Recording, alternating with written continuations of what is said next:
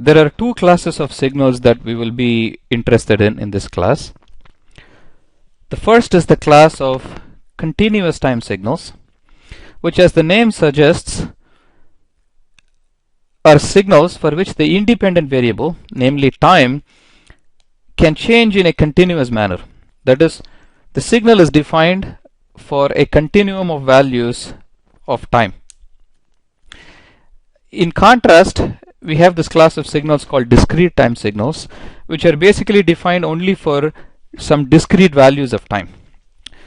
To give you a good example, in the last video, we looked at an example of a signal. Basically, what I did was to speak into the mic on my computer, and then I recorded a waveform that would correspond to a voltage waveform across the mic, and which I'm showing here again. So this is if you strictly look at the voltage waveform across the mic from my computer, this would be a continuous time waveform.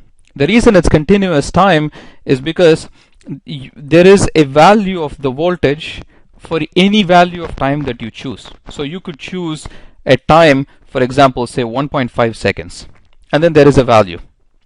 You could choose a time 1.556, whatever time you choose, there is a value of the voltage at that particular time. So time changes, time or the x-axis changes in a continuous manner. So these types of signals are called continuous time signals. In contrast to this, sometimes we have signals which are defined only for a discrete number of only for discrete values of time. So here is a good example of where you might encounter a discrete time signal. Actually, there are two cases in which we encounter discrete time signals. The first one is sometimes the information that we wish to transmit is inherently makes sense only if defined for discrete values of time. So for example, if you wanted to convey some information which basically was the maximum and minimum temperatures on every day in February, say 1999. So this is an actual data of the maximum and minimum temperatures every day from day 1 to day 28 in this particular month. Okay. Now, if this is the information that we wish to convey, we could, let us say we wish to convey what the maximum temperature was every day in the month of February to somebody else.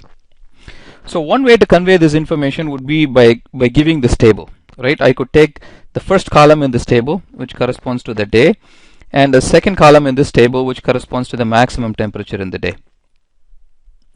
Another way to convey the same information is actually to think of this as a signal, with the day along the x-axis and the maximum temperature on that day along the y-axis.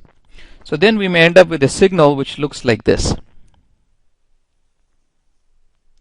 So I have day 1, day 2, day 3, day 4, so on and so forth until day 28. And if you go back here and you look at it, it looks like the maximum temperatures were roughly in the 70s in this month. Sometimes it went to 83, sometimes, and so you would get 71, 65, some values like this. Okay. Now this signal conveys the same information that was there in the table, but in this class we will think of this as a signal. Okay. Usually discrete time signals are written as x, and we use square brackets to refer to the fact that we are talking about discrete time signals, and typically we write x of t for continuous time signals. For discrete time signals, we're going to write x of n. N is going to be the independent variable now. So in this plot, I really have n along the x-axis and I have x of n along the y-axis. Okay. So why is this a discrete time signal? Since we have the information, or since x of n represents the maximum temperature in a day, it doesn't really make sense to talk about the maximum temperature in day 1.5, because it's the way it's defined is it's defined as the maximum for every day. So here it does not make sense to describe the signal for values of the independent variable n, which are non-integer values.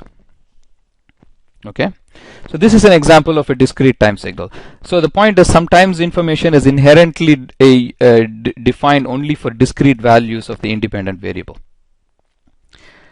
Another example where you will often encounter discrete time signals is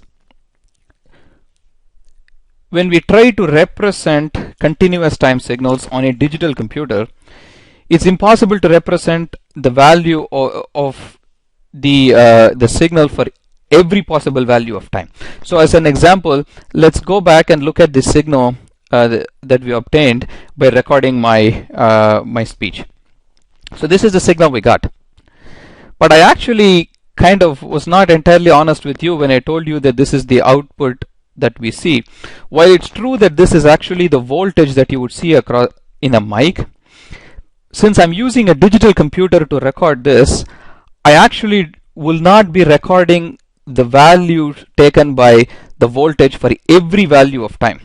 So what my digital computer actually does is it samples this waveform every so often, and then it actually stores only those sampled values. So what I mean by sampling is this: it stores the value taken by the voltage waveform at, say, time 0, and then it skips everything, and then it stores it only for time defined by my sampling time. You know, so like, say in this particular case, I sample the signal every 1/4000 seconds.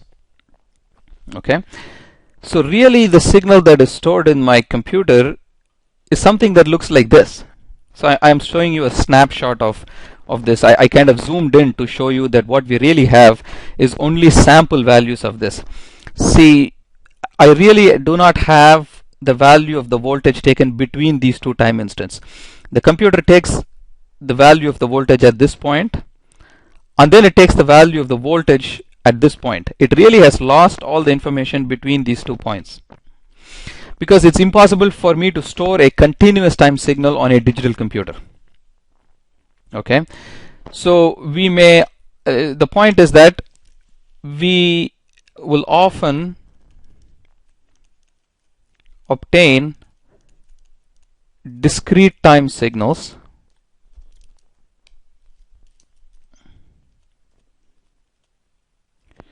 by sampling continuous time signals. So this process of retaining the values of the signal only for specific instants of time. So to be very precise, again, what we do is, if this was the original continuous time signal, what we do is we take values, we take samples, we retain the values only at these places. Say this is time 0, t sub s, 2 times t sub s, 3 times t sub s, 4 times t sub s, so on and so forth, where t sub s is called the sampling time. And now you can represent this as a signal like this, and you can reorder or rewrite the axis as 0, 1, 2, 3, and 4 instead of 0, t sub s, 2 times t sub s, 3 times t sub s, and so on and so forth. And we typically keep this information about what the sampling time was. The sampling time is usually under our control, and the faster you want to sample, these circuits become more expensive. So there is a limit on how quickly you can sample, so on and so forth. Okay, so this is another way in which we may get discrete time signals.